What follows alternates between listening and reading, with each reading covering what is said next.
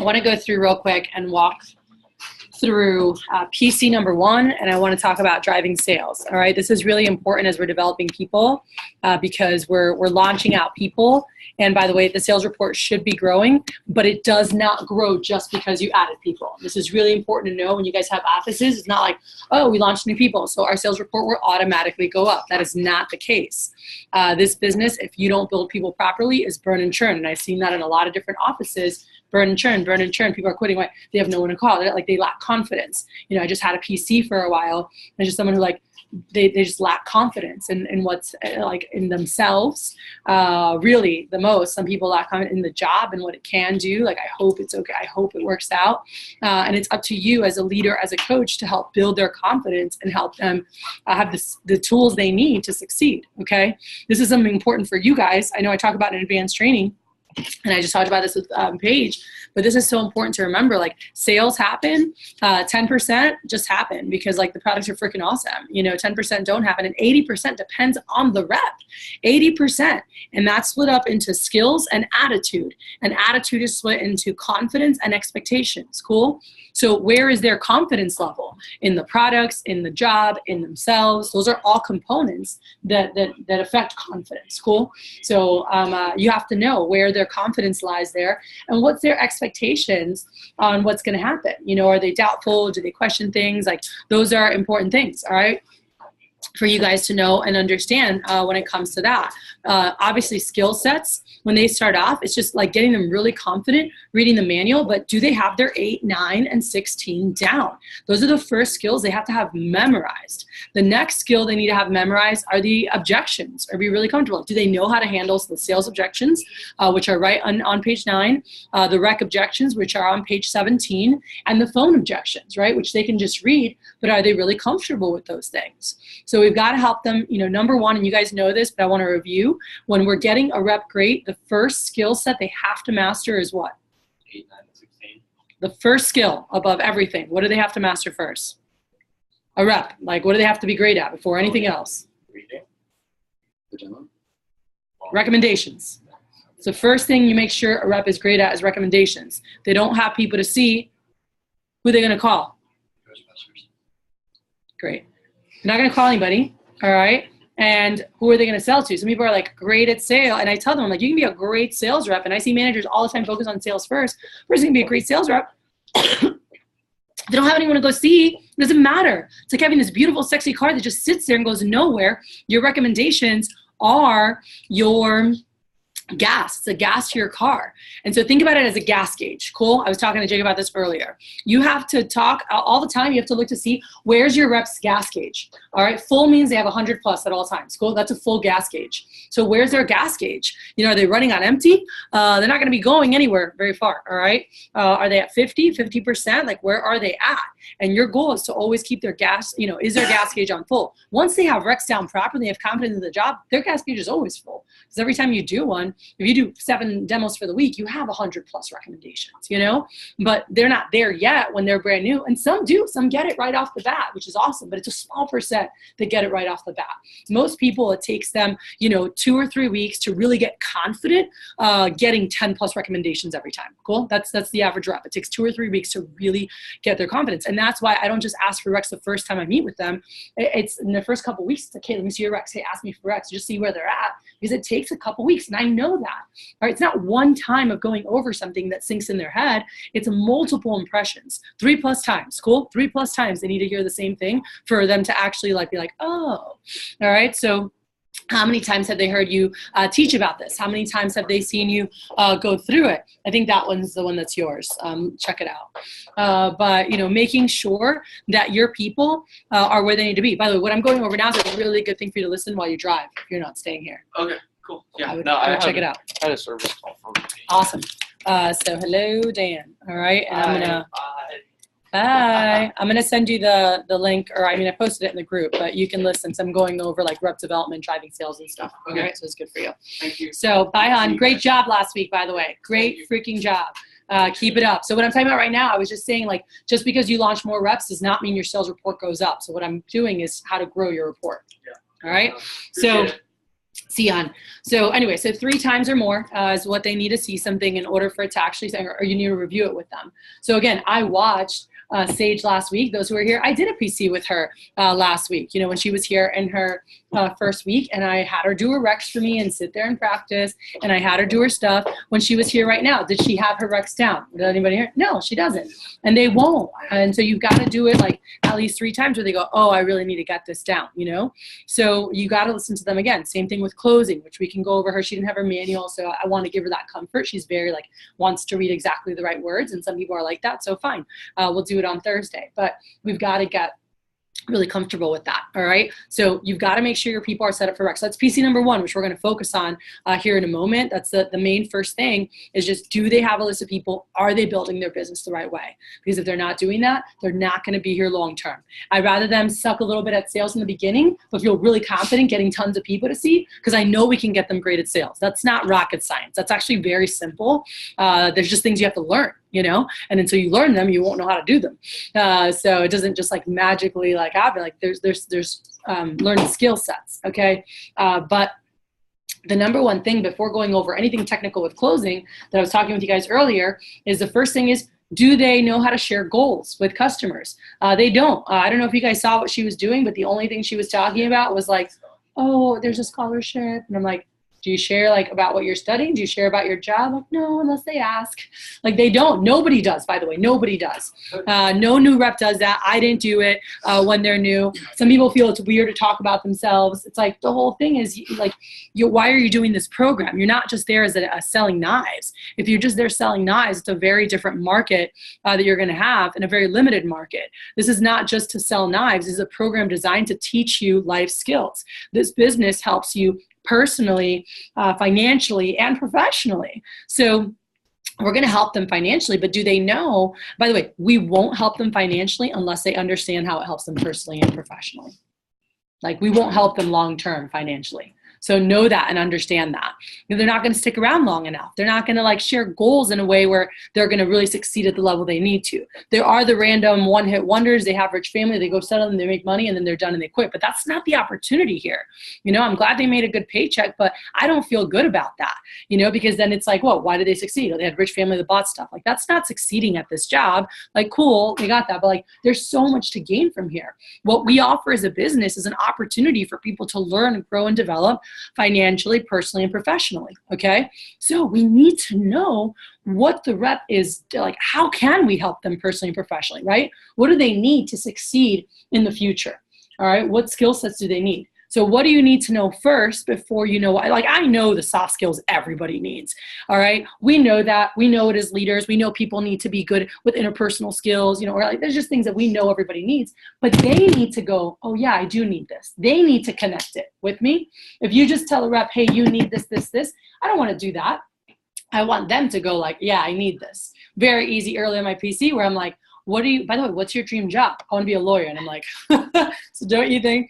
And her biggest struggle, it's what do you struggle? So I always ask people, hey, what are your likes? What are your dislikes?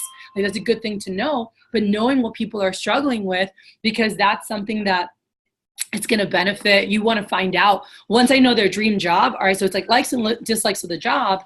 But I know what skill sets they're going to need for their dream job. Again, the soft skills are for everything, but there are some jobs where there's direct things are going to be huge players for them that they need. Okay.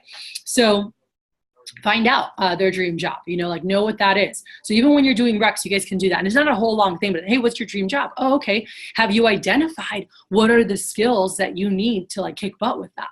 Hey, make sure you share that with customers. And it can be really light in PC number 1. This is really designed right after their fast start. Their first week, they're just fast start, fast start, fast start. But, and that's just if you have one PC their first week. Ideally, a top performer, I'm meeting with them almost every day in their fast start. So we'll go over this during their first week. It won't be after. But you want to know, what are they working towards? What do they need? All right. So we mentioned this in training. It's hey, when it says in the manual, it says about me. And one of the things it says dream job. In training, I say circle dream job. We're going to talk about that later when we go through the manual. And then it's hey, write down what characteristics do you need for your dream job? Do you need to get more confident with people? Do you need to be better at time management, organization? Do you need better presentation skills? Do you need to work on problem solving skills?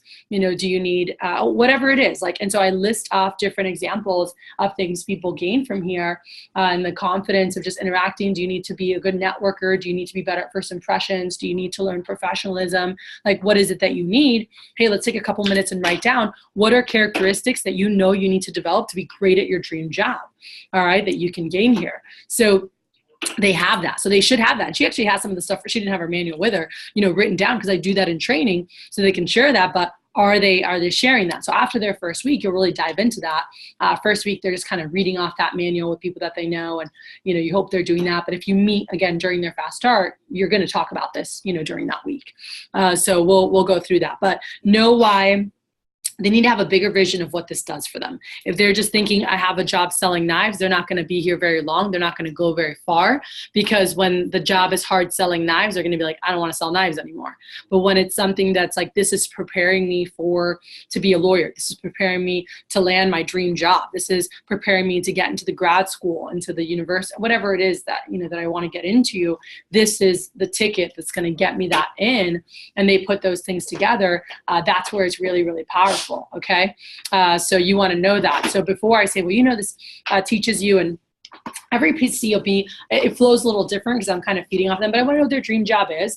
I want to know what skill sets they're going to need to develop. And then I'm like, hey, like, do you know what's available? And I had already talked to her about that before, so I didn't talk about that here, but it's like, do you know the things that we offer that you can put on your resume? Do you know the skill sets you can develop? She's like, no, I know, that's why I want to do this. Like, I want to get better at that. I want to get more comfortable with people. I want to get, and I'm like, cool. And so we'd already talked about that before, but do your reps know what this offers? Again, it's not just we sell knives. Like that's actually not the, you know, like that's the vehicle that's going to help you get all the things that you need and want. So we're going to, again, go over that more when we go over later with the training manual and in day one of training, what you do to set that up properly. So let's talk about, you know, driving sales and PC. So the only way people are going to be moving and working is if there's something that like they're excited about working towards. Is the only thing that's going to keep them going when shit's not good, you know? So you want to have that. Now, skill sets. So recommendations is the first thing. So if you guys look at, you know, PC number 1, and if you open that, if you have it with you, you can take it out. But in, you know, you guys, everyone has like PC number 1 in their email somewhere. It's part of, you know, rep development. So when you look at the first PC, we have an outline, and I'll put this up here on the share so I can, whoever's watching this, you guys can see the screen share. Here we go. So when you go through PC number 1, PC number 1 talks about, so this is the most important, and go ahead and read that out loud, the first, right where it starts. Okay, the advanced names list. No, this PC serves. Right at the top. I got the older one. Yeah, so this right here, so this PC serves to address the most important factor of a business first, their names list, recommendations, and provide them to get a channel of 30 more before we go, all right? So step 1, go through the reps' initial names, cross off who they've seen, count how many they have left, and prioritize them, all right? So who do they need to reschedule? A lot of times they forget about that. Those are people they need to call back. Who had to reschedule from their first weekend or their first week in their fast start? Who are people that they never got a time with, right, from their initial list? Because it's like sometimes in their head they think I already called them, and they forget that they still didn't set all the appointments they needed to with them, so they need to call back. The second thing is, hey, let me see your rec sheets. Let me see your rec binder. You know, ideally they have a rec binder already, but it's like, hey, let me see those.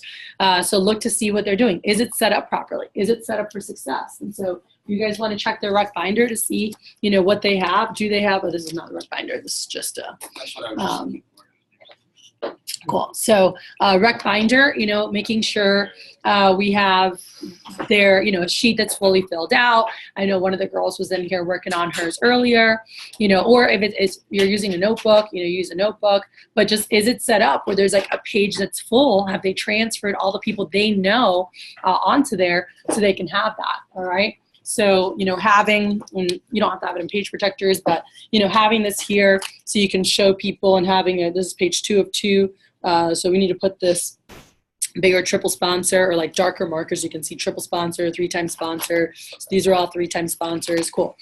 So checking their pages out. So do they have pages with marked targets? Do they have, so say, hey, ask me for Rex real quick, like you do with a customer. So one, is this, so this is going to be step 3 is, by the way, or sorry, step 4 or step 3, fix the rec binder, one of those I have here. But you want to make sure they're asking it. Sorry, step, I can't read. Step 2 is to set up the rec binder. So go through the rec sheets. Let me see. All right. Explain how if they see lists of 3, they see, full pages, they think that's normal, and make sure the rec binder is set up. So have them transfer friends and family from their manual onto a sheet to create a triple sponsor or higher. Show them, be like, hey, you can combine some of the smaller lists just to have sheets that are more filled out. It's just a psychological visual thing for a customer. When they see more names on a paper, they're going to put more names on the paper. All right. So then step 3, correct the recommendations approach. So that's where you say, hey, ask me for Rex however you do with a customer. Watch them do it, and you can role play with them until they have that thing down. Those 3 bullets of I get paid every time I show Cutco. I'm like, you get paid. Say it again. Say it again. I have them say that one bullet. Like again, I did this last week with Eric. He was like, and then he kept going, but then he was able to say it by the end of the time. All right. Yep. So I'm like, say it again, say it again, say it again. Once they have it, and they're like, I got it. I'm like, all right, cool, second bullet. And so they do that one over and over until they can say it perfect. I'm like, now do 1 and 2 together. And they do 1 and 2 together till they have that down. Now do the third bullet for me. Say it again, say it again, say it again, say it again. All right, you want to do second and third, or 1, 2, 3 all together? Go. And they say it again and again and again and again until they have it down. All right. So they do this and just reinforcing the basic. Like, they just need to do it, and you say it over and over again. Then you guys can go through with them, and you want to make sure they know how to use it properly. So this is not in the little outline here, but part of that, setting up the rec binder and making sure they're asking for recs properly. How do you ask for recs properly? You have your blue book, all right, and you have the sponsorship sheet that's in there. And so when you go to ask for recommendations, you go back to that part, and I go back to the beginning. And I say, hey, do you remember that sponsorship I told you about in the beginning? Like, oh, yeah. I'm like, cool. I'm like, so it's a free way to help. Don't worry. It's not going to cost anything. So here's where you can really help me out. So I get paid every time I show Cutco. I can only call people I've been personally recommended to. So what I need you to do while I clean the mess here is to jot down 200 to 300 people who might be nice enough to help me out. I'm just kidding. 20 and 30 is fine. And I'm not looking for anyone you think would buy, just anyone super nice like you to take a look. And so here's how my sponsorship works. When I get all 50 of these signatures, I get a $150 reward. All you have to do to be a sponsor is jot down 10. So, and that's where you grab your binder and you go, so if you fill out a full sheet like this, you would sign 3 times, like these guys all did. And as you have more to point to. Let's say you just got to 20, it's fine. Let's just say you got to 20, like this, like Miss Angela, you would sign twice. And even if you only got to 10, like Linda, you would sign once. And then when I get all 50, that's when I get the award. So here's a couple of sheets, hand them 2 blank sheets with marked targets. Jot down as many as you can. Is it cool if I use a sync? And then I'm like, hey, I joke around with them. I'm like, hey, if you fill out 2 sheets, you go my favorite customer book. If you only fill out 1, like, no, just kidding. Jot down as many as you can. All right. But you show them what it looks like. You say, okay, go ahead and do it back. So do they know how to, I can tell if someone knows how to use a sponsor properly if they have signatures on the paper or not.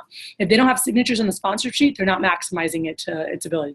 They might still have their rec binder set up, but they don't know how to use it to show the proof, So again, at the end, they turn to the signatures page and it's like, hey, when you fill out a page like this, you sign 3 times. When you get to 20, you sign twice. And even if you only get to 10, you still sign once. When I get all 50, I get the $150 award. So show them how to do that properly. Step 4 is a cell phone dump, okay? Cell phone dump, literally, you guys can just turn this to the side, all right? And you can just take a notebook page. You don't need any printed page. And you put know well, know of, don't know. I'm like, by the way, from your cell phone, I'm going to assume the don't know is going to be the biggest section, but this is basically everyone over 30 that's in your phone or your friend's parent, okay? So is it a friend's parent that you know really, really well? Is it a friend's parent that you could say, hey, I'm John's friend Ralph, and they're like, oh, hey, Ralph, and they know of you or you know of them? Or is it a friend's parent you met at a party or you met at school and you've never met their family before, okay?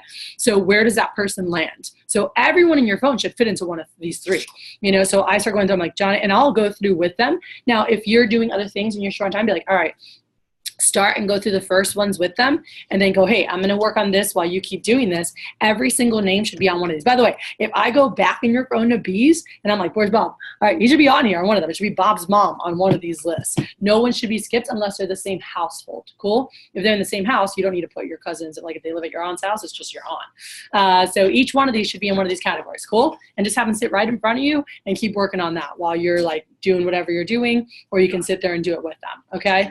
So maybe they start that while you're skills checking someone else. Like it just depends on, you know, what help you have. Once I'm like, hey, let's finish that. And then once you're done, some people have like they'll have 1,000 names on my phone. Like it's going to be a little while.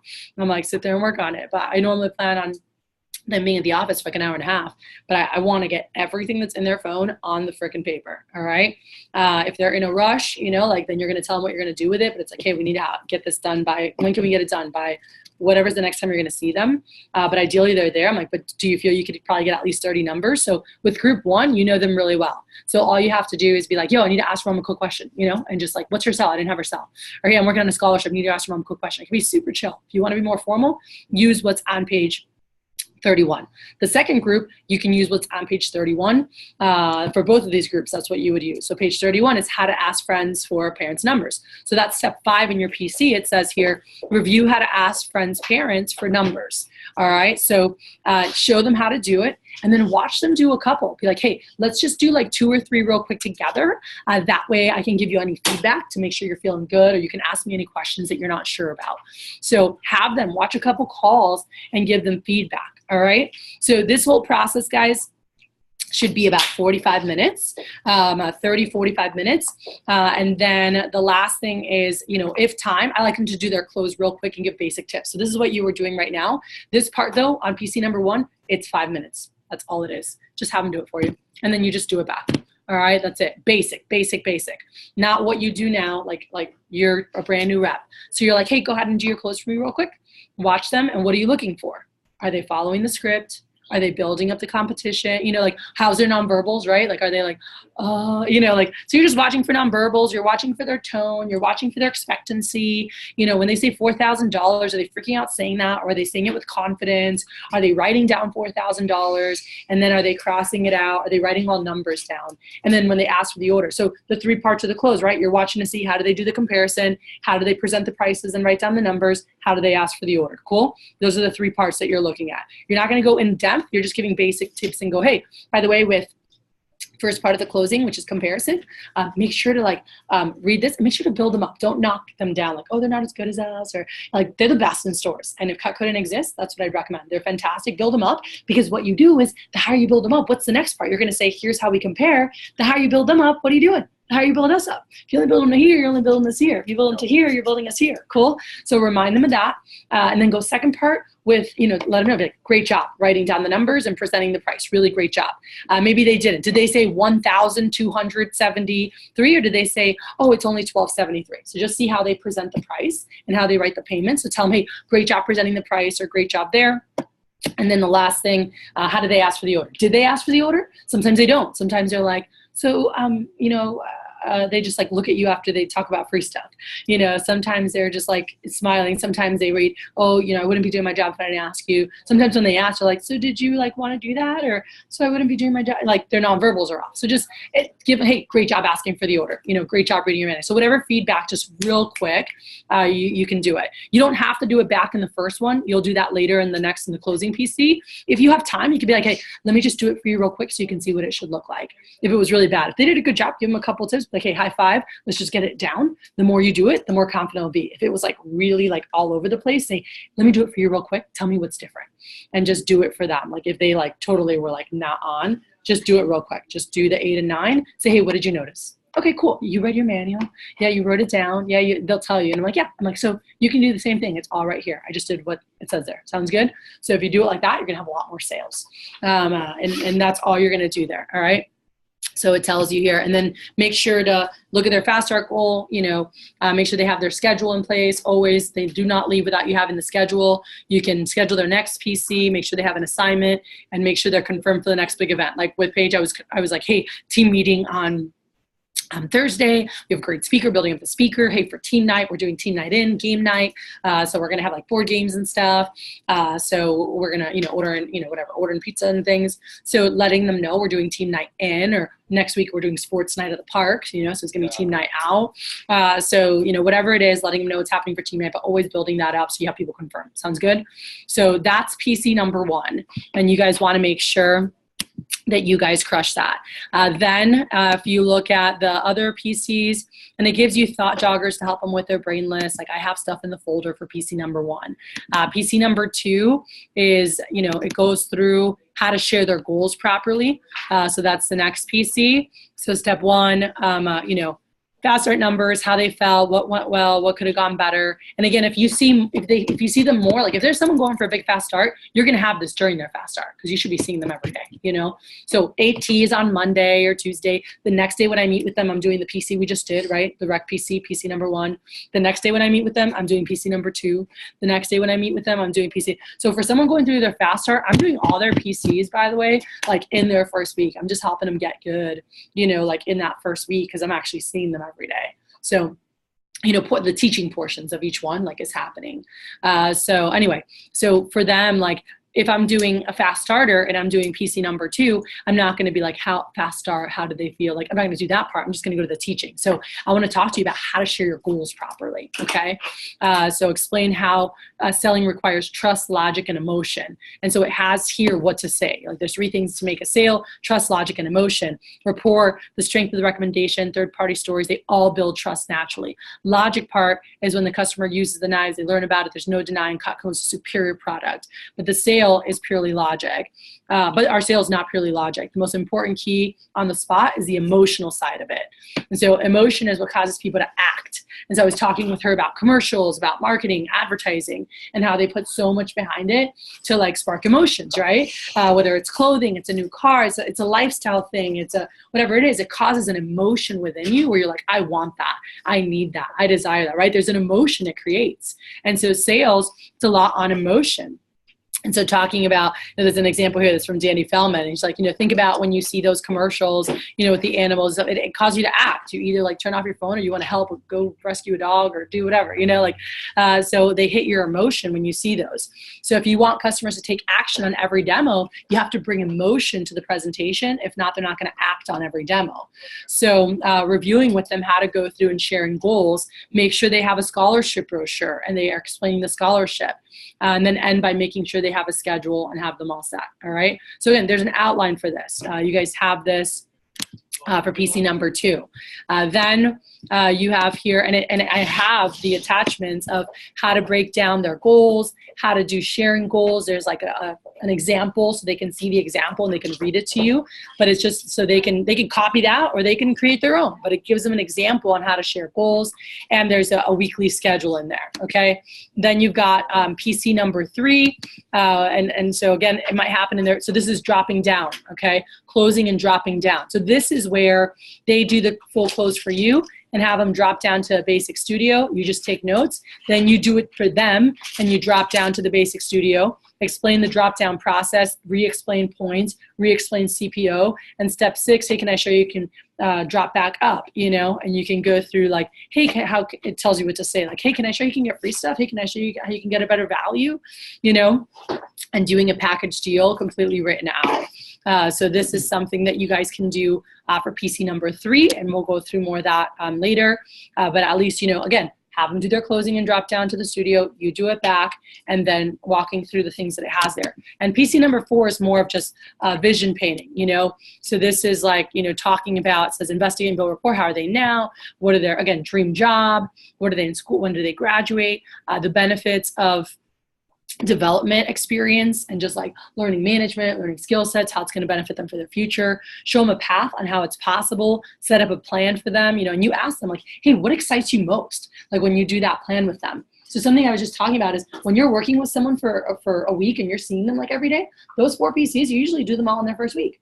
When you're not working, they're working part-time, you see the first one, then after, but you're seeing them every day. The first day I'm doing recs, the next day I'm doing the sales, the sharing goals, which is the second one. The third one is dropping down, properly. And the fourth one is, what this could do for you long term. All right.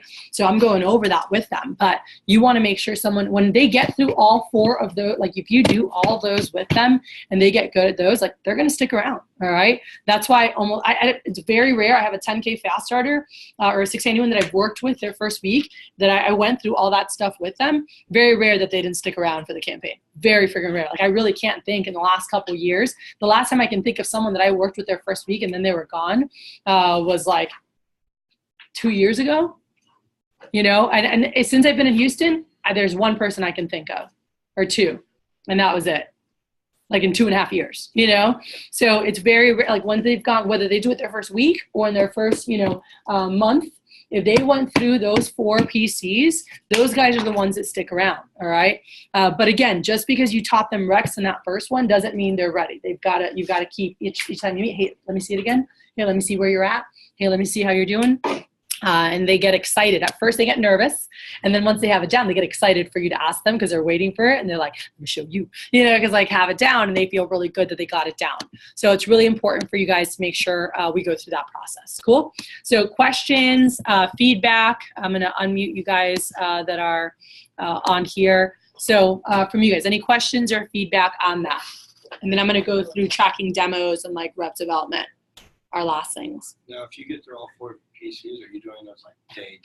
It's not like, are you spreading it out over the fast start? It's normally, it's just every time I see them, we're going over the next skill set. So the first skill set is like when they're first starting off, it's Rex, then it's sharing goals, then it's dropping down properly. Those are the skills, and then we're going to go, I'm listening to them phone and giving them keys on the phone, so it's like whatever they need. Like they might need phones. So I'm going to go over phones in their fast start. I'm not getting to the other stuff yet, but they do need Rex. They do need to know how to share goals. That's really important, to really impact their sales in a big way. But it doesn't matter. It doesn't matter when you do them. You're not going to have time to do all of it. It's just when you're doing morning workshops, you can just pick a workshop for each morning. And so you'll end up covering that in their first week already. But even when you go meet with them the next week, you're still going to review it. Hey, let me see it again. Let me see how your dropping down is going. Because the first time they do anything for you, it's like not very good, and even if it's good, it's not great, So once they've done it more, they get better. So even if you cover stuff in their first morning, even when you're having main PCs with them the following weeks, you can still go through those full PCs and say, hey, let me see where you're at now. Right? Even if you taught them it that Wednesday morning, you went through drop down while you were coaching them in their fast start, you're still going to have that same full PC and say, let me see it and see where they're at. Okay. So that's big. Other questions? All right. So this right here, all right, and I'm going to slide this over so we can see it on there. So I have this on papers. I just transferred it on here just to have a board here at the office. But we had papers where each paper just had demo boxes. This is how I track demos. People track them different ways. But this right here, we don't have this all updated because we haven't been putting them up. But knowing like time. So we need to get all the times of all the demos. And when we finish up here, I want you guys to take the next 20 to 30 minutes, like update. What does your team have these next days? What times? And put them up here. So it should have for me, I do name, time in the bottom left. If it's a 30, the ones that are circled means 30, 7:30, 5:30. All right, if it's a virtual, I put a V next to it so I know it's virtual. If I know the location, especially for you guys, I would put 8 p.m. Cypress, 8 p.m. Katy, 8 p.m. Wherever it is, because I'm going to try to get someone to go with you on that 8 p.m. in Katy, or that whatever it is. So I'm going to put the location here too. And then once I know the sale, I put that there. I didn't know what she did with recommendations, so I didn't put anything on there. Marker for the board. All right, so it's fine. So here I would put the Rex. All right, so this was just a random demo that she got. So let's just say she got 10 Rex. I would put the amount of recommendations, or she got 5 recommendations. I just put it there, and it's just a great way for me to track because, like, let's say, Kathy had a demo at 3 p.m. and now it's like, oh, it's 5, like an hour and a half after I should have heard from them. I typically will like circle it or I'll highlight it. If I have a highlighter, I highlight it. Because I know, like, okay, NA, she didn't pick up when I called her, but I still need to find out from her. So the next time she calls, I'm like, hey, Kathy, I never heard from you from your 3 o'clock, and making sure we're holding people accountable for their demo. So an hour and a half after, you should have heard from them, all right? Usually it's sooner that they've checked in, but just following up with people, all right? If you're tracking, like in the summer, like I am Nazi about this. Like I'll have a page of 100 and I'm I'm highlighting. I'm like, let's go. Like we're on PDI all day because there's demos going on. It's like, call this person, and we're calling to find out, hey, what happened? And we just highlight it. So as we go through, I know, okay, we have a 5:30, so I should hear from Lexi by 7. All right, if I haven't heard from her by 7, I'm giving her a shout like, hey, by the way, we've had a bunch of people calling in. Did you try to call in from your demo?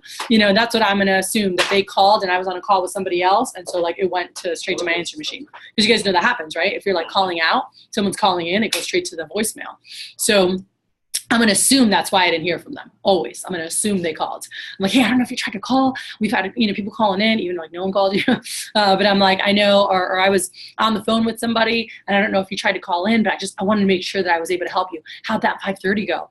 And they're like, oh yeah, I need help, or I tried to call in. Or most of the time they're like, oh, it was no sale, or oh, I forgot to call, or I sold this. I'm like, hey, don't forget, make sure to call. One, on a pay side, every appointment has to be verified. Cool? Like on the pay side. But more importantly than that, I want to help you kick butt. And I want to shorten your learning curve. And the more I get to talk to you and coach you, you're going to get better quicker, and you have free access. I mean, imagine you get to cheat on a test and get all the answers, and just be better. I have the answers. I've done this longer. And so I want to help you succeed at a high level, so making sure that you guys are sharing that with them. But are we following? So do we know in all the demos? Because your goal is right now at a minimum, your goal is, are there 10 demos for the next day? For each of you guys with your mini teams, like that's, it's 10 plus demos. You want a demo per rep on the team the next day. That's what you want on average. So you guys should have, 12 demos on average per day right now, or maybe it's 10 because some people, but that's what you should be aiming for. So when you have your branch office, when you have your district office, whatever it is, usually it's a demo per head on average of how many people you have on your team is what you want. But at a minimum, 10 plus demos the next day. 10 plus demos. So are you guys tracking that? Your job today on PDI is to make sure to create that. We have 10 tomorrow. Right now I have 3 up here. I know we have more. We haven't put them up there yet, but how many demos do we have? So right now I have 13 from today. I know that we have more. They just weren't all in there, so we need to get them all in there. In our office, we want to make sure, do or die, we have 20, but we should have 30 plus demos a day. We have 3 teams that have 10 plus, we have 30 plus people on our team.